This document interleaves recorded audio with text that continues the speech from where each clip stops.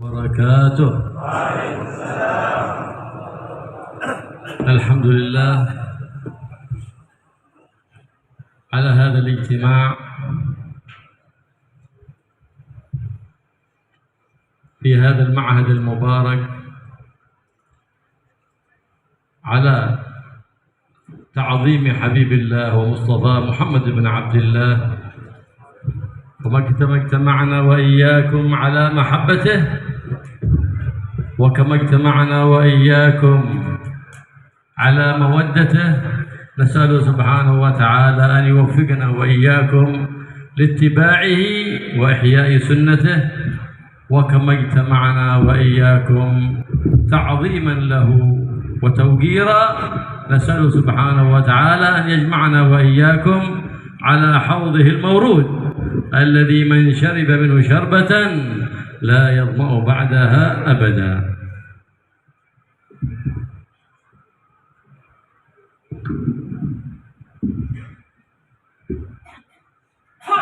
Bismillahirrahmanirrahim. Alhamdulillahirabbil alamin. Wassalatu wassalamu ala sayyidina wa maulana Muhammad wa ala alihi wa sahbihi ajma'in. Amma ba'd. Beliau Al-Habib Abdullah bin Abdurrahman Al-Mukhtar memuji kepada Allah Subhanahu wa taala yang telah mengumpulkan kita semua di pondok yang barokah ini dengan tujuan untuk mengagungkan kekasihnya Nabi Muhammad SAW.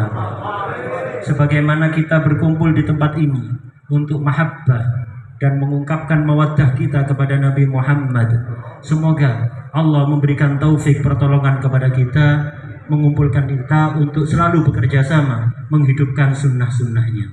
Sebagaimana Allah mengumpulkan kita di tempat ini untuk mengagungkan Rasulullah SAW, semoga kelak di akhirat kita dikumpulkan ada di telaga Nabi Muhammad SAW, yang mana siapapun yang meminum seteguk air di situ maka tidak akan haus untuk selama-lamanya. إذا دخل شهر ربيع الأول ابتهجت القلوب المؤمنة وازدادت فرحا وسرورا وشكرا لله تعالى لتذكرها أعظم نعمة بردت لهذا الوجود، وهو وجود الحامد المحمود وخروجه إلى هذا الوجود. أعظم نعمة أنعم الله بها على هذا الوجود.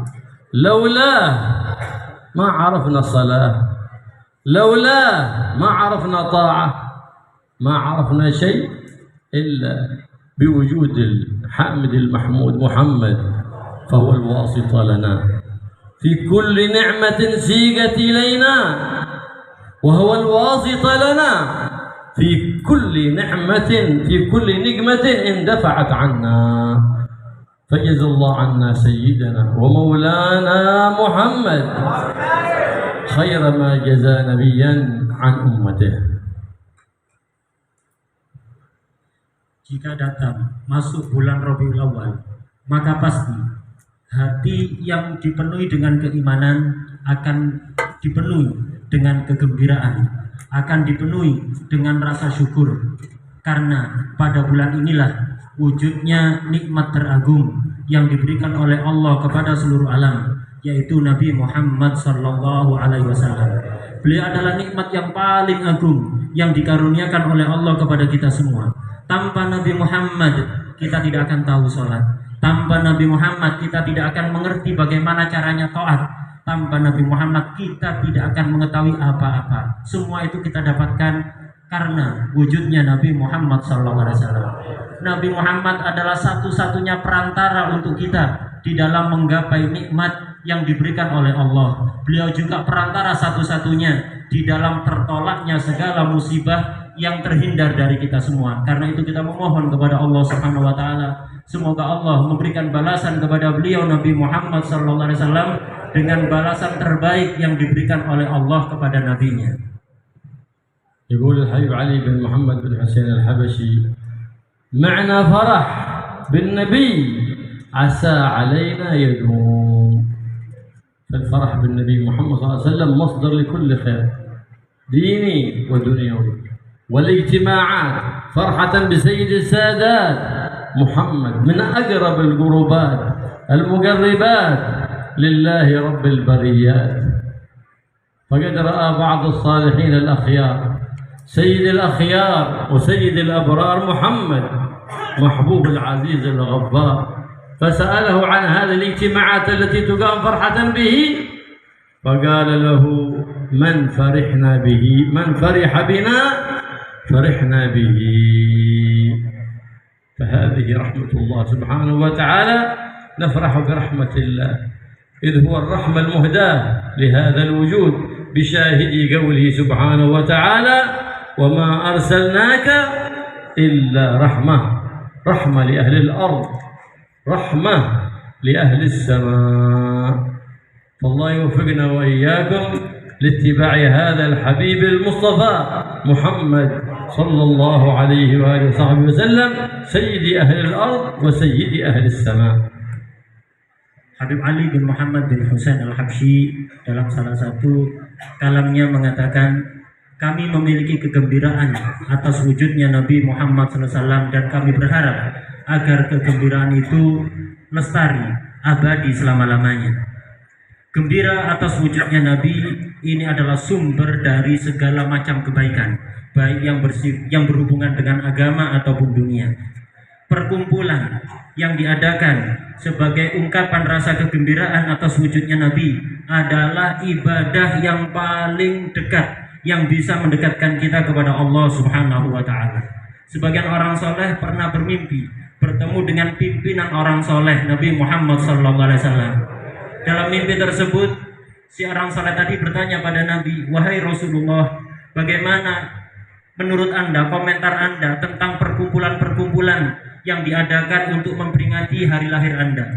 Nabi SAW menjawab dalam mimpi tersebut, man fariha bina farihna bihi. Siapapun yang bergembira atas wujudku, maka juga aku akan senang gembira atas orang tersebut.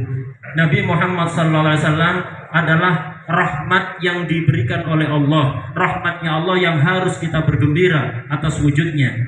Beliau adalah rahmat teragung sebagaimana firman Allah, wa ma arsalnaka illa rahmah. Tidaklah aku utus engkau kecuali sebagai rahmat. Beliau adalah rahmat untuk seluruh penduduk bumi, beliau juga rahmat untuk seluruh penduduk langit. Kita memohon kepada Allah Subhanahu wa Ta'ala agar Allah memberikan pertolongan, taufik kepada kita untuk selalu mengikuti beliau Nabi Muhammad sallallahu alaihi wasallam. يقول الحبيب علي بن محمد بن حسين الحبشي: ماشي كما مجمع المولد يجلي الكروب، لأنه ما أكثر من الصلاة على النبي أحد إلا وأبدل الله سبحانه وتعالى حزنه فرح، وفرج همه وكشف غمه. إذ المقصود من الاجتماع لمولد النبي محمد استحضار تعظيم النبي محمد، والصلاة والإكثار من الصلاة على النبي محمد صلى الله عليه وعلى آله وصحبه وسلم، الذي فيها الدواء لكل داء والشفاء من كل مرض. فعجيب لمن يخاف الأمراض، وعجيب لمن يخاف ما يحصل في أيام عمره من حوادث، كيف يغفل عن الدواء لكل هذا وهو الصلاة على النبي محمد صلى الله عليه وآله وصحبه وسلم. فقد بشر النبي محمد صلى الله عليه وسلم المكثر من الصلاة عليه بقوله: إذن يغفر الله ذنبك ويفرج همك ويكشف غمك، قال: ويقضى دينك. فعجيب لمن يشتكي كثرة الديون، كيف يغفل عن الإكثار عن الصلاة على الحبيب محمد صلى الله عليه وعلى آله وصحبه وسلم. وما هذه الموالد إلا موائد لمن بقى يرد. فلهذا قال: ذات وقت توبتك التائب إذا بات توب، ذا وقت أوبتك الشارد إذا بات توب.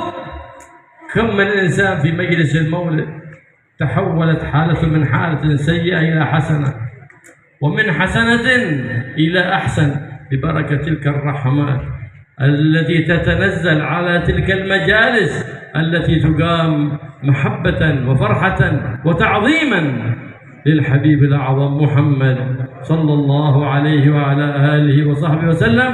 فالله يرزقنا وإياكم كمال الحرص على متابعته والاكثار من الصلاة عليه على الدوام.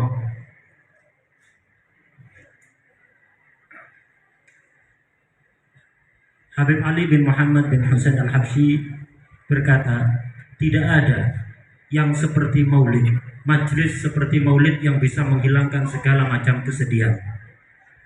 Majlis maulid ini tidak diadakan kecuali untuk memperbanyak sholawat kepada Rasulullah SAW. Dan siapapun yang memperbanyak sholawat kepada beliau, pasti semua kesedihannya akan diganti oleh Allah dengan kegembiraan. Kesumpekan-kesumpekan disebabkan kejadian di masa lalu akan dihilangkan, maupun kekhawatiran-kekhawatiran akan kejadian yang akan terjadi di masa datang juga akan dihilangkan oleh Allah Subhanahu wa Ta'ala. Tujuan diadakan perkumpulan seperti ini adalah kita menghadirkan betapa agungnya Rasulullah Sallallahu Alaihi Wasallam. Di antara tujuannya pula adalah memperbanyak sholawat kepada beliau. Sholawat kepada beliau, memperbanyak sholawat kepada beliau adalah obat dari segala penyakit, kesembuhan dari segala sakit. Karena itu sangat mengherankan, kata beliau, kalau ada orang takut terkena penyakit atau takut terhadap kejadian-kejadian yang sering terjadi di setiap hari, kecelakaan atau lain-lainnya, bagaimana dia bisa lalai dari obat dari segala penyakit, yaitu memperbanyak sholawat kepada Rasulullah SAW. Orang yang memperbanyak sholawat kepada Nabi diberi 4 kabar gembira. Pertama, semua dosa-dosanya akan diampuni. Kedua, semua kesedihan yang diakibatkan oleh kejadian di masa lalu juga akan dihilangkan. Kekhawatiran-kekhawatiran akan masa datang juga akan dihilangkan. Hutang semuanya akan dilunasi oleh Allah kalau kita mau memperbanyak sholawat kepada Rasulullah SAW. Karena itu sangat mengherankan, kata beliau, orang yang banyak utangnya kesana kemari selalu ditagih, kok bisa lalai tidak memperbanyak sholawat kepada Rasulullah Sallallahu Alaihi Wasallam. Majlis maulid seperti ini diadakan, ini ibarat hidangan bagi siapapun yang ingin menikmatinya. Habib Ali Habsyi mengatakan, majlis maulid seperti ini adalah waktu yang sangat tepat untuk kita bertobat bagi siapapun yang ingin bertobat. Waktu yang paling tepat, momen yang paling tepat untuk kembali kepada Allah bagi orang yang selama ini jauh dari Allah. Maka, dan kata beliau, betapa banyak orang yang asalnya kondisinya buruk, barokahnya hadir maulid diganti kondisinya menjadi kondisi yang baik. Yang asalnya sudah baik dirubah menjadi lebih baik. Semuanya barokah rahmat yang sangat deras yang diturunkan oleh Allah di majlis-majlis maulid yang kita adakan seperti saat ini sebagai ungkapan kegembiraan atas Rasulullah SAW. Beliau berdoa kepada Allah, semoga kita semuanya dikaruniai rizki, bisa betul-betul semangat di dalam mengikuti Rasulullah SAW dan juga bisa memperbanyak salawat kepada beliau di setiap saat. Wa adallu dalilin ala mahabbatin Nabi Muhammad SAW وصدق الاتباع كما قال الله سبحانه وتعالى في القرآن الكريم قل إن كنتم تحبون الله. كلنا ندعي محبة الله، ما علامة وبينة هذه الدعوة؟ فاتبعوني. صدق المحبة لله اتباع حبيبه ومصطفى محمد بن عبد الله. فما ثمرة هذا الاتباع؟ يحببكم الله، تفوز بالمحبوبية من رب العالمين. فإذا فزت بالمحبوبية كنت من الأولياء الصالحين، تولاك الله في جميع أمورك. فلهذا كان أسر ما كان لقلب النبي محمد صلى الله عليه وسلم هو أن يرى هذه المعالم والمعاهد التي أسست على التقوى معمورة معنى وصورة، ليس في الصورة فحسب، أما في الصورة كل يحسنها، لكن أهم شيء أن تكون معمورة. فهذه المعاهد التي أسست على تقوى وعلى نيات صالحات وعلى نية نشر شرع النبي محمد سيد السادات وإحياء سنة النبي محمد محبوب رب البريات صلى الله عليه وعلى آله وصحبه وسلم، كمثل هذا المعهد الذي نحن فيه، معهد مبارك أسس على نيات صالحات، والدليل على ذلك أنه بقي على منهج المتقدمين من الصالحين من تقدم وأسس هذا المعهد المبارك، فلم يغير كما غيرت بعض المعاهد مناهجها، ولم يبدل كما بدلت بعض المعاهد مبادئها، فعمرت صورة ولم تعمر معنى. هذا هو الخطر على هذه البلاد. إنما سعدت هذه البلاد وفخرت هذه البلاد بهذه المعاهد التي أسست على التقوى. ما استطاع العدو، عدو الإسلام، عدو شرع سيد الأنام، أن يخترقها أبدا. فهي مثل التطعيم، تنفي الفيروسات عن هذه البلاد، كما أن التطعيم ينفي الفيروسات عن الجسم حتى لا يخترقه هذه المعاهد. فلما تغيرت لم يبقى لها معنى ولم يبقى لها أثر. فنسأل الله سبحانه وتعالى أن يبقي هذا المعهد على ما هو عليه من قديم الزمان، من حين أسس على تقوى إلى يوم الدين، معمورا بالعلوم النافعة، والمدرسين والمدرسات والطلبة والطالبات، الصالحين والصالحات، والخيرين والخيرات، لتبقى هذه المعاهد ومعهدا مثاليا يحتذى به ويقتدى به في كل زمان وفي كل أوان. فقد قال الله سبحانه وتعالى في القرآن: لمسجد أسس على التقوى من أول يوم أحق أن تقوم فيه رجال. إيش معلومهم؟ إيش همهم؟ يحبون أن يتطهروا. ولمعهد أسس على التقوى من أول يوم أحق أن تتعلم فيه، أحق أن تعلم أولادك فيه. ليش نختار هذه المعاهد؟ لأن فيها رجال يحبون أن يطهروا أنفسهم ويطهروا غيرهم، لأن من تطهر طهر، من تأدب أدب، من تعلم علم، من تربى ربى. ففاقد الشيء لا يعطيه، والإناء ينضع بما فيه. فلهذا كان لهذا الأمر شأن عظيم، كما قال سيدنا عبد الله بن المبارك: إن هذا العلم دين، فانظروا عمن تأخذون دينكم. لا تأخذ دينك إلا على من اتصل سنده. عالم تلقى عن عالم متصل إلى سيد العلماء محمد. لا تتربى إلا عن من تربى عند المشايخ. مربي تربى عند مربي إلى سيد المربين محمد الرؤوف الرحيم. من هنا يتصل السند ويبقى الدين في أمان، فتبقى معالم الإسلام والإيمان ومعاهد الإيقان والتي أسست على نشر شرع النبي محمد سيد الأكوان معمورة معنى وصورة.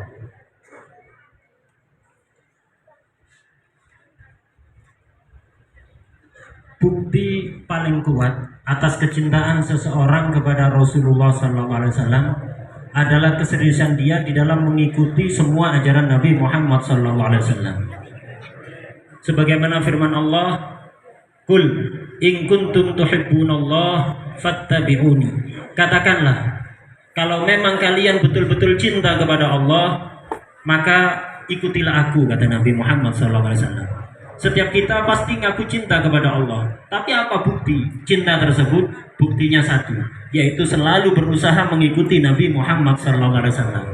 Kalau kita sudah mau mengikuti Nabi Muhammad SAW, akan ada hasil. Apa hasilnya? Buahnya yuhibbukumullah, kalian akan dicintai oleh Allah. Kalau orang sudah dicintai oleh Allah, maka otomatis dia akan menjadi kekasihnya Allah, walinya Allah. Tidak usah bingung, semua urusannya ditangani oleh Allah. Dan termasuk sesuatu yang paling bisa membuat gembira hati Rasulullah SAW adalah lembaga-lembaga pendidikan, pondok-pondok pesantren yang sejak awal dibangun di atas pondasi takwa dan selalu makmur, baik maknan wa surah, dohir maupun batin. Bukan sekadar dohir saja. Pondok-pondok ini yang dibangun di atas dasar takwa, di atas dasar niat yang baik, di atas niat menyebarkan syariat Nabi, menghidupkan sunnah-sunnahnya Nabi. Beliau kemudian mencontohkan seperti pondok ini yang kita sedang berada di tempat ini. Ini termasuk pondok yang penuh barokah, kata beliau, karena sejak awal sudah dibangun di atas niat yang baik yang tadi beliau sebutkan.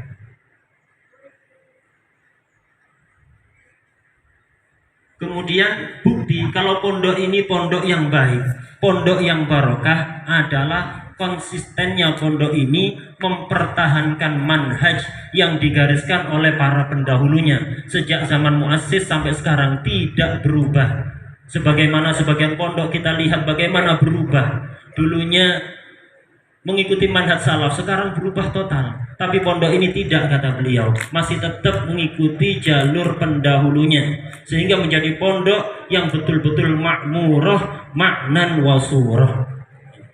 Pondok yang berubah dari manhaj mutaqaddimin yang hanya makmurah surah tapi tidak maknan, inilah yang menjadi ancaman terbesar bagi negara kita, kata beliau. Negara kita ini maju, negara ini kita ini kuat, tidak bisa dihancurkan oleh musuh dari mana saja. Pertahanan benteng terkuatnya adalah pondok-pondok seperti ini yang masih mengikuti jalur mutaqaddimin, karena itu musuh tidak bisa menerobos. Pondok-pondok seperti ini, kata beliau, seperti vaksin yang bisa melindungi negara ini dari virus-virus apapun. Sebagaimana vaksin untuk tubuh kita bisa melindungi kita dari penyakit bermacam-macam, begitu juga pondok ini. Inilah vaksin untuk negara kita. Pondok yang sudah berubah, maka tidak akan tersisa.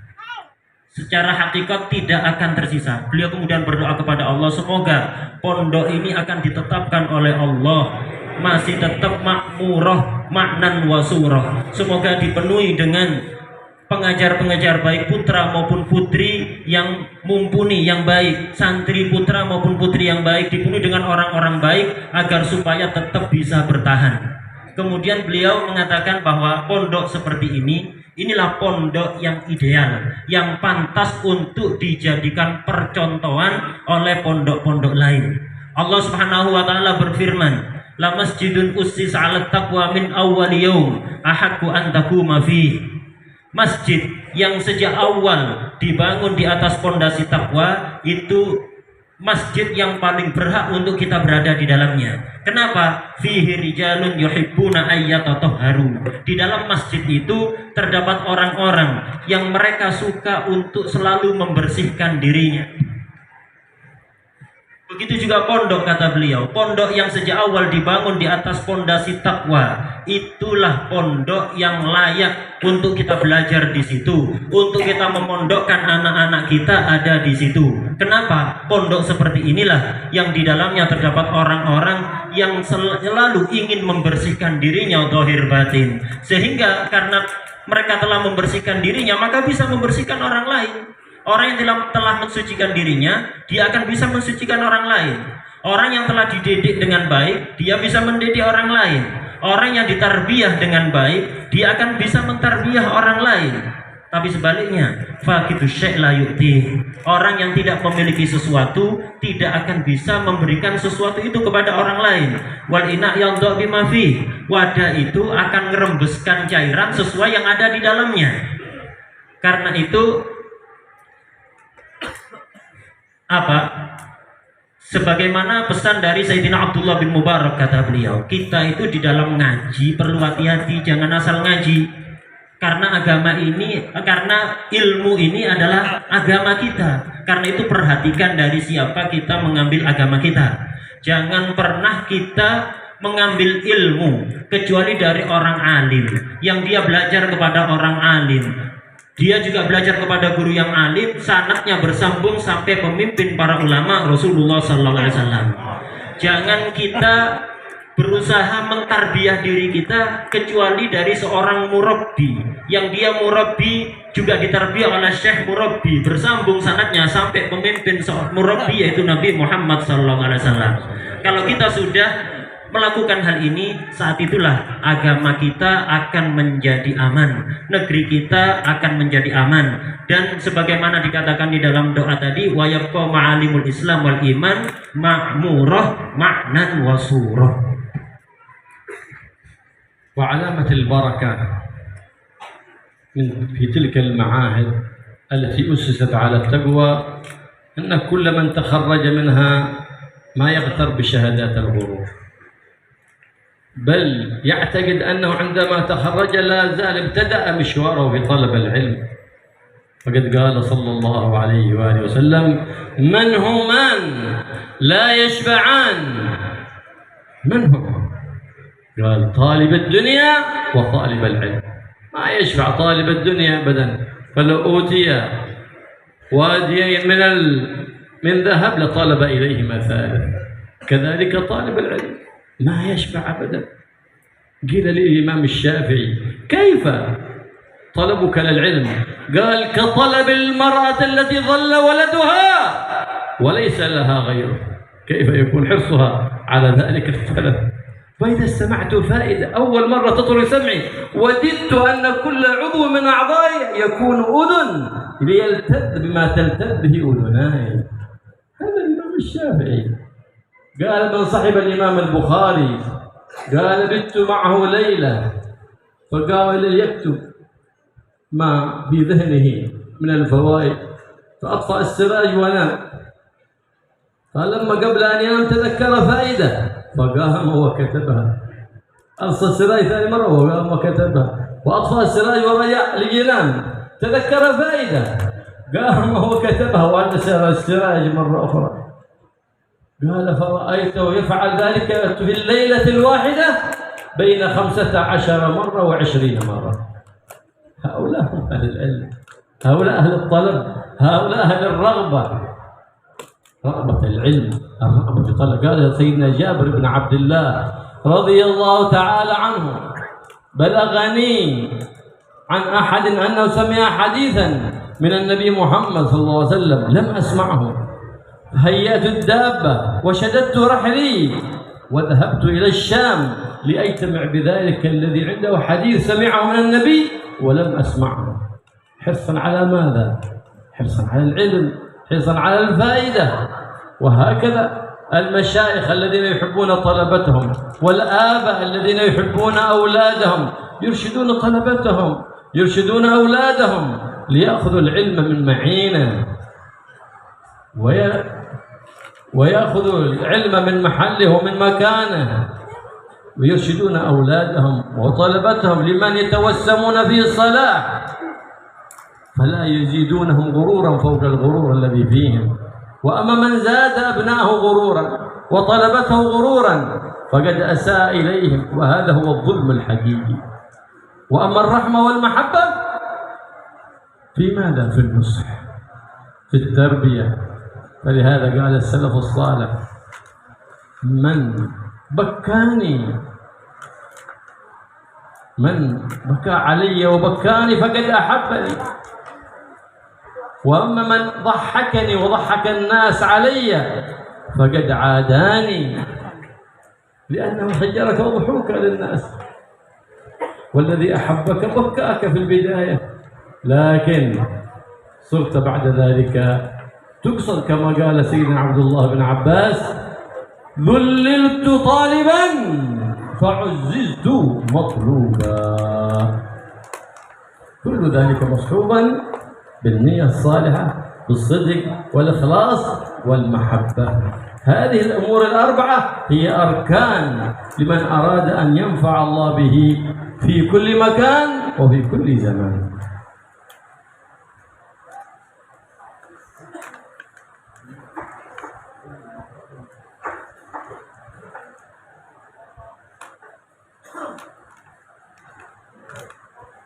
Tanda barokah pada sebuah pondok pesantren yang dibangun sejak awal di atas fondasi takwa adalah bisa dilihat dari alumninya. Kalau alumninya setelah lulus mendapatkan ijazah, semangat mencari ilmunya bertambah, tanda pondoknya barokah. Tapi kalau ada pondok alumninya setelah lulus dapat ijazah, beliau mengistilahkan dengan syahadatul gurur, karena ijazah itu bisa seringkali membuat seseorang gurur, merasa hebat. Tapi kalau ada pondok setelah lulus alumninya dapat ijazah, dia menjadi orang yang gurur, merasa hebat, maka tandanya pondok itu tidak barokah. Karena itu seorang santri, kata beliau, setiap kali dia lulus dari satu tingkatan dapat ijazah, dia harus meyakini bahwa dia berarti ini adalah langkah awal untuk dia belajar lagi, bukan berarti sudah selesai. Setelah lulus itu justru ini adalah langkah awal untuk belajar lagi, karena santri yang sebenarnya itu tidak akan pernah puas. Sebagaimana disabdakan dalam hadis, man humani la yashba'an, ada dua orang yang semangat, yang rakus itu tidak akan pernah puas, tidak akan pernah kenyang, yaitu orang yang rakus dunia dan juga rakus ilmu. Sebagaimana orang rakus dunia, sekaya apapun tidak bakalan pernah puas. Kalau dia punya 2 lembah isinya emas semuanya, maka dia bakal kepingin punya lembah ketiga. Sudah punya yang ketiga, kepingin nambah lagi. Itu orang yang rakus dunia. Begitu juga orang yang rakus ilmu, tidak pernah puas dengan ilmu yang dia miliki, tidak pernah merasa dia orang yang memiliki ilmu.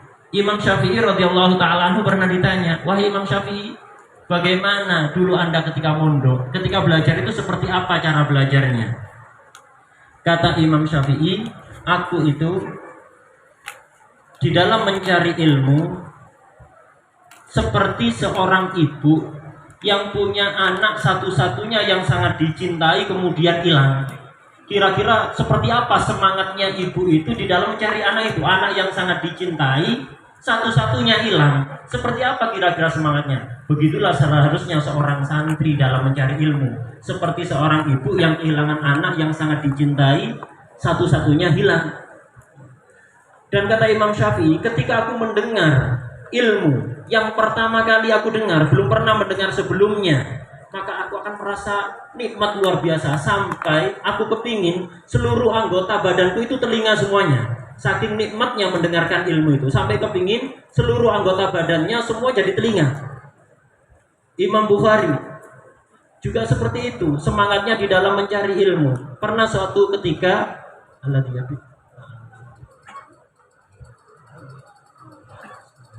jadi Imam Bukhari juga seperti itu. Pernah salah satu temannya atau santrinya nginep satu ruangan dengan Imam Bukhari.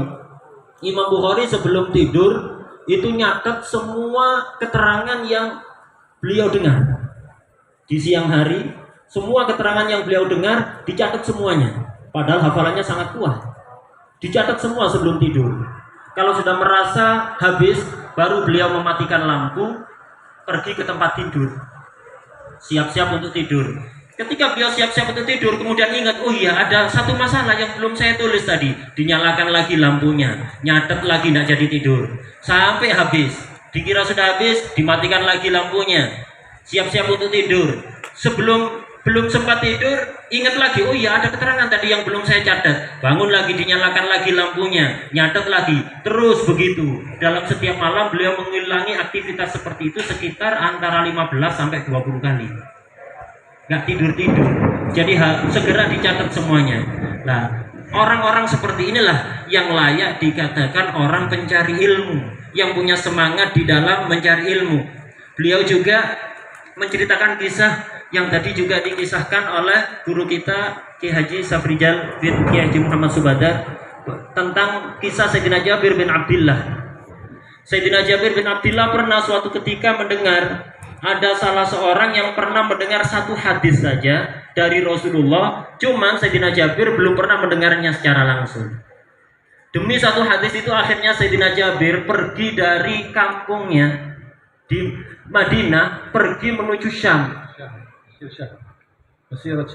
Perjalanan yang waktu itu perlu waktu 1 bulan karena naik hewan tunggangan.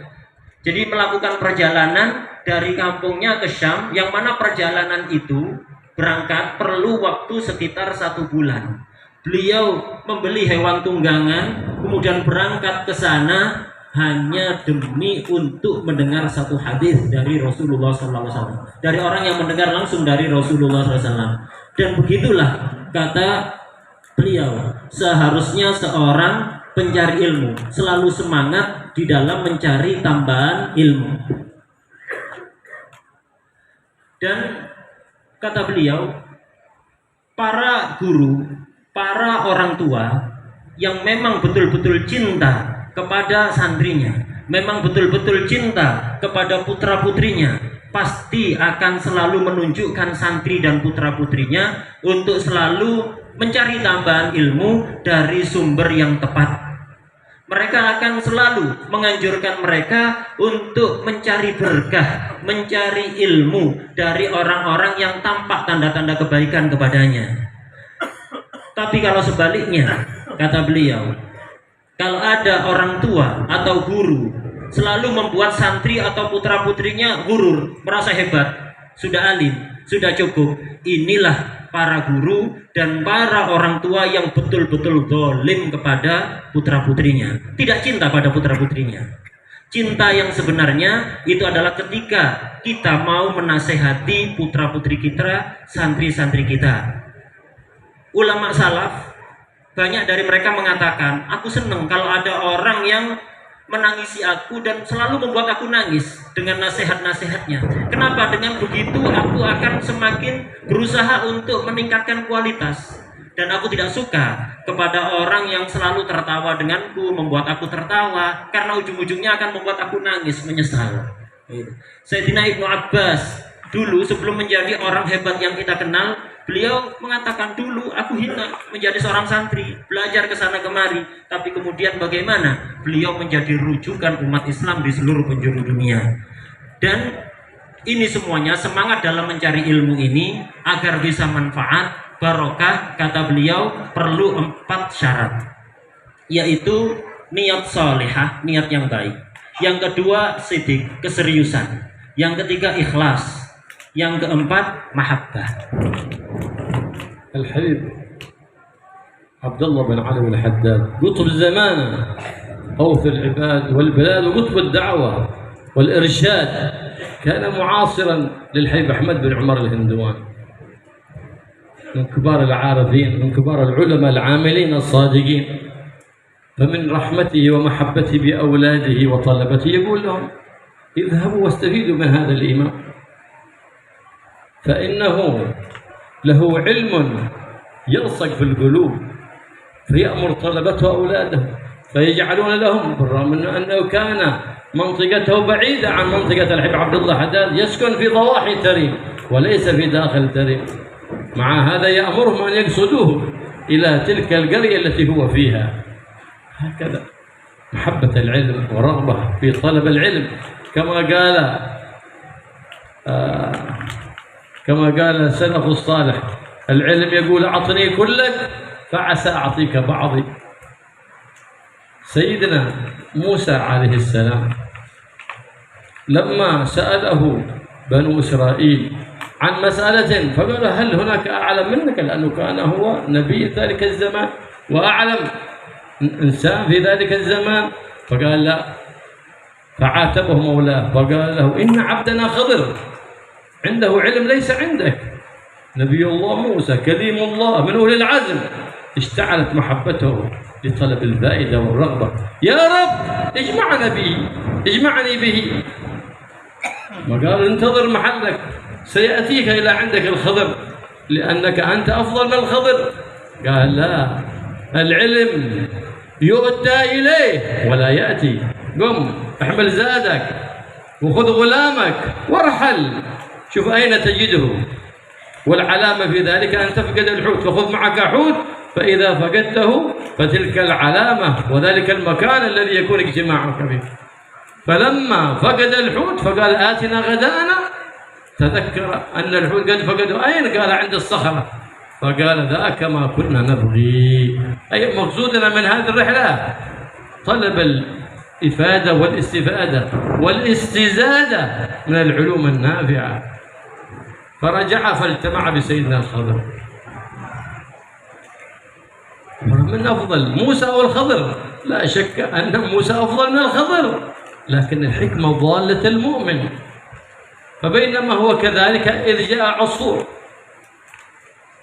عصفور فأخذ بمنقاره من ذلك الماء، فقال للخضر يا موسى ما علمي وعلمك في علم الله إلا كمثل ما أخذ هذا العصفور بمنقاره، هل نقص من البحر شيء؟ لا، لم ينقص من البحر شيء. وهكذا عاتبه الله أنه ما قال الله أعلم. فلهذا قال النبي محمد صلى الله عليه وسلم لا يستحي جاهل أن يسأل عما لا يعلم، ولا يستحي عالم إذا سئل عما لا يعلم أن يقول الله أعلم. الله أعلم نصف العلم. الله يعلمنا ما جهلنا ويوفقنا العمل بما علمنا ويرزقنا الإخلاص فيما علمنا وفيما عملنا يا رب العالمين.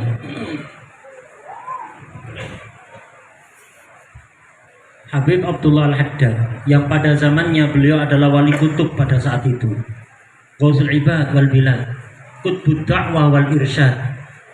Beliau selalu menganjurkan santrinya untuk belajar kepada orang yang dianggap memiliki ilmu dan barokah.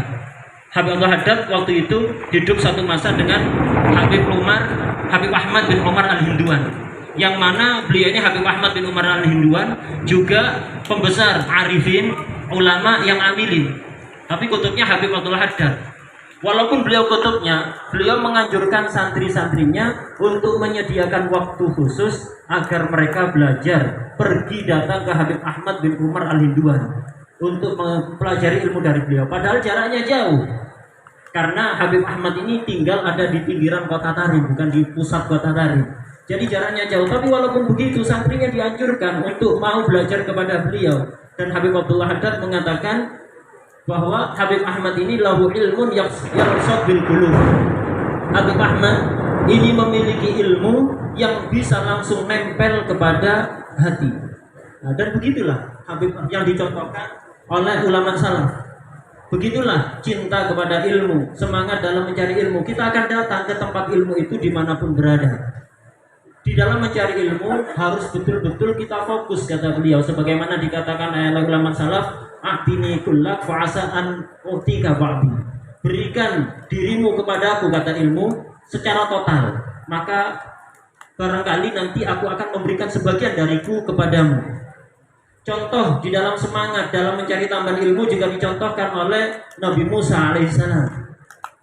Nabi Musa yang merupakan seorang nabi, seorang rasul, bukan hanya nabi dan rasul biasa, tapi ulul azm. Beliau ditanya oleh Bani Israel, wahai Nabi Musa, apakah ada di dunia ini orang yang lebih alim dari Anda? Nabi Musa karena nabinya zaman itu, rasulnya zaman itu, ulul azmi, beliau mengatakan tidak ada. Gara-gara jawaban ini, akhirnya Allah menegur Nabi Musa karena tidak mengatakan Allahu a'lam. Ditegur oleh Nabi Musa dan Allah berkata, wahai Musa, ketahuilah ada hambaku yang bernama Al-Khadir, dia punya ilmu yang tidak engkau miliki. Tentu kalau dibandingkan ilmunya Nabi Musa dengan ilmunya Al-Khadir, tentu yang sangat jauh lebih luas ilmunya Nabi Musa. Siapa yang afdal? Tanpa ragu yang lebih afdal adalah Nabi Musa. Tapi ketika Allah mengatakan bahwa Al-Khadir punya satu ilmu yang tidak dimiliki oleh Nabi Musa, langsung muncul semangat kesantriannya Nabi Musa. Kepingin mendapatkan ilmu itu walaupun ilmu beliau sudah lebih luas dan beliau lebih afdal. Akhirnya minta kepada Allah, ya Allah, tunjukkan aku di mana tempatnya, aku ingin datang kepadanya mempelajari ilmu itu. Ini yang dicontohkan oleh Nabi Musa. Jadi datang ke tempat ilmu itu untuk belajar, bukan menunggu karena merasa beliau lebih afdol, seorang nabi, seorang rasul, ulul azm, menunggu di tempat nanti Al-Khadir biar yang datang. Tidak. Nabi Musa mendatangi tempatnya Al-Khadir, dan Allah memberi tahu tanda-tandanya. Carilah Al-Khadir di suatu tempat yang di situ terdapat tanda. Tandanya adalah ketika kamu pergi bawalah ikan. Bawalah ikan. Nanti kalau ikan kamu itu hilang, disitulah tempat pertemuan kamu dengan Al-Khadir. Akhirnya berangkat Nabi Musa dibarengi sebagian orang. Kemudian ketika beliau hendak makan siang, nanya kepada yang menemani tadi, mana ghoda kita, makan siang kita? Kata yang menemani tadi, hilang. Ada di mana? Tadi ketika kita berada di batu besar, di situ tempat hilangnya. Udah, akhirnya Nabi Musa mengatakan, ayo kembali ke sana. Itu yang kita cari. Apa yang dicari? Tambahan ilmu. Karena di situ tempatnya Al-Khadir, yaitu orang yang memiliki ilmu yang tidak dimiliki oleh Nabi Musa. Kemudian akhirnya Nabi Musa berhasil bertemu dengan Al-Khadir. Kalau kita bandingkan antara keduanya, siapa yang lebih afdol? Tidak ada keraguan, pasti yang afdol adalah Nabi Musa. Akan tetapi al-hikmah dhalatul mu'min. Hikmah itu adalah sesuatu, ibarat sesuatu yang hilang, yang dicari oleh seorang mukmin. Kemudian ketika Nabi Musa bertemu dengan Al-Khadir, ada seekor burung kecil, burung emprit mungkin kalau di tempat kita, minum dari air laut. Ngambil air sedikit untuk dia minum dari air laut. Kemudian Al-Khadir berkata pada Nabi Musa, wahai Musa, lihatlah burung emprit itu. Dia minum satu tetes dari air laut. Ketahuilah bahwa ilmuku dan ilmumu kalau dibandingkan dengan ilmunya Allah Subhanahu wa taala tidak lain seperti satu tetes yang diambil dari lautan tadi. Apakah itu bisa mengurangi ilmunya Allah? Nabi Musa menjawab, tentu tidak.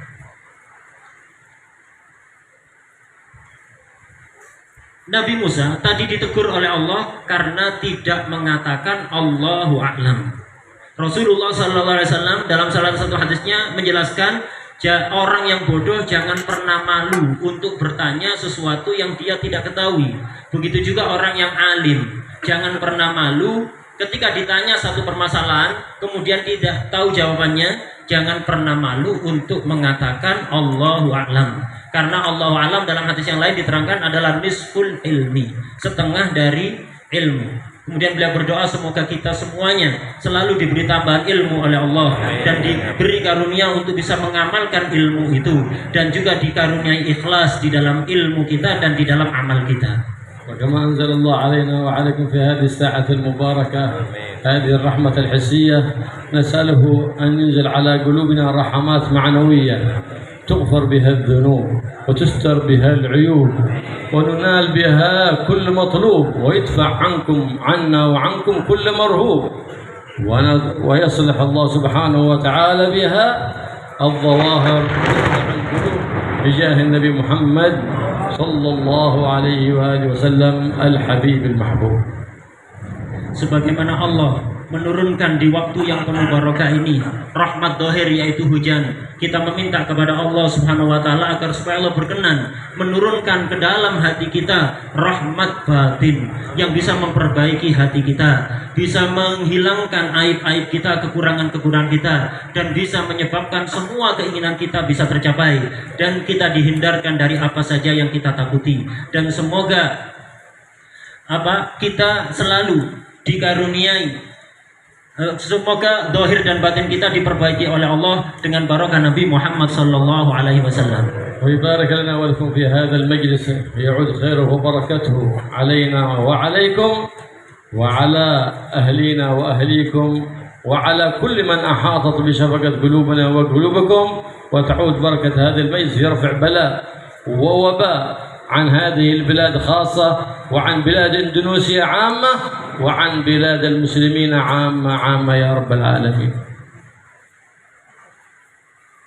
Semoga Allah menjadikan majelis kita ini sebagai majelis yang barokah, yang kebaikan dan barokahnya kembali kepada kita, kepada keluarga kita, dan semua orang-orang yang kita sayangi. Semoga dengan barokah majelis ini, bala dan wabak apapun namanya dihilangkan oleh Allah dari daerah kita secara khusus, dari negeri Indonesia secara umum, dan lebih umum lagi dari seluruh negara umat Islam. فلا ننصرف وإياكم من هذا المجلس إلا بغفران الذنوب وقضاء الحاجات، وأن الله سبحانه وتعالى يحول حالنا وحالكم إلى أحسن حال، ويبعدنا عن سيء الخصال، ويوفقنا للتحلي بزين الخصال والاقتداء بسيد أهل الكمال محمد مولى بلال صلى الله عليه وآله وسلم. Semoga kita tidak pergi dari tempat majelis ini kecuali semua dosa-dosa kita diampuni oleh Allah, semua hajat kita dikabulkan, dan kondisi kita dirubah menjadi kondisi yang paling baik. Semoga kita semuanya dijauhkan dari sifat-sifat yang buruk dan dihiasi dengan sifat-sifat yang baik, dan semoga kita semua bisa senantiasa mengikuti Nabi Muhammad sallallahu alaihi wasallam. Wa yubarik fi hadzal ma'had wa yaghfir li mu'assisihi ولكل من عمل عملا فيه صالحا ولكل من قام فيه بعمل صالح ويبارك فيه ويجعله معمورا بالعلوم النافعة إلى يوم الدين. Semoga Allah menjadikan pondok ini sebagai pondok yang barokah, yang selalu makmur. Semoga muassisnya, para pendirinya diampuni oleh Allah, dan semua yang berbuat baik ada di pondok ini. Semoga pondok ini menjadi pondok yang barokah, makmur dengan ilmu yang manfaat sampai hari kiamat. اللهم يا من فرح الخير الخير وعنه عليه وفقنا الخير وعنا عليه. اللهم إنا نبات نعمتك فلا تجعلنا حصاد نقمتك. اللهم احسن عاقبتنا في الأمور كلها وأجرنا من خزي الدنيا وعذاب الآخرة يا مالك الدنيا والآخرة. اللهم استر عوراتنا، اللهم آمن روعاتنا، اللهم اصلحنا واصلح بنا، واصلح لنا اولادنا وبناتنا وطلبتنا وطالباتنا يا رب العالمين، وانزل البركه علينا والرحمه على قلوبنا يا رب العالمين. اللهم ارنا الحق حقا وارزقنا اتباعه، وارنا الباطل باطلا وارزقنا اجتنابه، ولا تجعل مشتبها علينا فنتبع الهوى. اللهم اغفر لنا ما مضى واحفظنا فيما بقي، واعزنا بالطاعات لا تذلنا بالمعاصي والمخالفات، بجاه نبيك محمد سيد السادات. جعلنا في الحصن الحصين من جميع الهديات، والحرز المكين من الذنوب والخطيئات، كلنا من الله وحفظنا فيما بقي وما هو آت، وأطل أعمالنا في طاعتك وطاعة حبيبك محمد، واجعل آخر الكلام بعد انقضاء آجالنا بعد طول عمر في خير ولطف وعافية، قول لا إله إلا الله.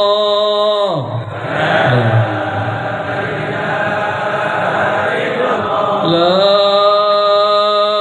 إله إلا الله. لا إله إلا الله. محمد رسول الله صلى الله عليه وسلم. كانت حق عليها نحيا وعليها نموت، وعليها ما شاء الله تعالى من الآمنين. اللهم احنا عليها يا حي، وامتنا عليها يا مميت، وعذنا عليها يا باعث. اللهم ثبت علمنا في قلوبنا، واغفر بها ذنوبنا، واستر بها عيوبنا، واصلح بها قلوبنا وقوالبنا يا رب العالمين. وحين حياة طيبة حجبنا عما يؤذينا في ديننا ودنيانا، وانصرنا على عدوك وعدونا، وتولنا بولاك، واحمنا بحماك برحمتك يا أرحم الراحمين. يا أرحم الراحمين، يا ارحمنا والمحبين والحاضرين والناظرين والسامعين برحمة من عندك تغنينا بها عمن سواك. يا محول الأحوال، حول حالنا، أولادنا وأحبابنا وأخواننا حافظ قلوبنا والمسلمين إلى أحسن حال بحولك وقوتك يا الله يا كبير يا عزيز يا متعال، بجاه نبيك محمد مولى بلال. خلينا على سيدنا وين تحليل زين الخصال، واعذنا من أحوال الجهال وسوء الفعال برحمتك يا أرحم الراحمين.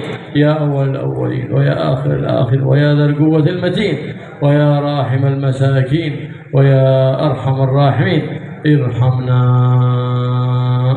ارحمنا ارحمنا برحمتك لا تولى بعمل سواك. وصلى الله على سيدنا محمد النبي وآله وصحبه وسلم. والحمد لله رب العالمين. بسم الله الفاتحة.